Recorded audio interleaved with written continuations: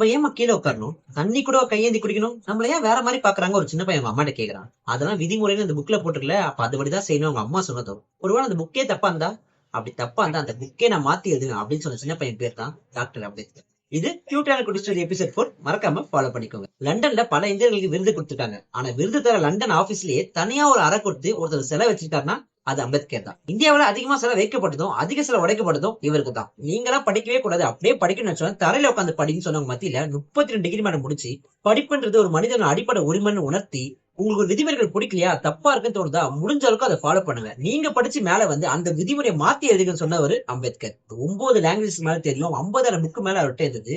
And இந்த உலகத்துல படிப்போட சிறந்த ஆயுதம் எதுவும் இல்லைன்னு சொன்னவர் Ambedkar. The problem of rupee, its origin and its solution Ambedkar அப்ப எழுதுற புக்கோட கான்செப்ட் வச்சுதான் இப்ப இருக்க ரிசர்வ் பேங்க் ஆஃப் இந்தியா இயங்குது சொல்லாம முடியுதா? படிக்க சொல்றது மட்டும் இல்ல, படிக்க வைப்பவரும் அம்பேத்கர்னு பெருமையா சொல்லலாம். இன்னைக்கு அம்பேத்கர் பர்த்டே, சோ நல்ல விஷயம் ஷேர் பண்ண தோணுச்சு. நீங்களும் இந்த வீடியோ ஷேர் பண்ணுங்க. ஃபார் மோர் கிரிக்கெட் சினிமா பிடிச்சதுக்கு பாலாண்மைக்கு மறக்காம ஃபாலோ பண்ணிக்கோங்க.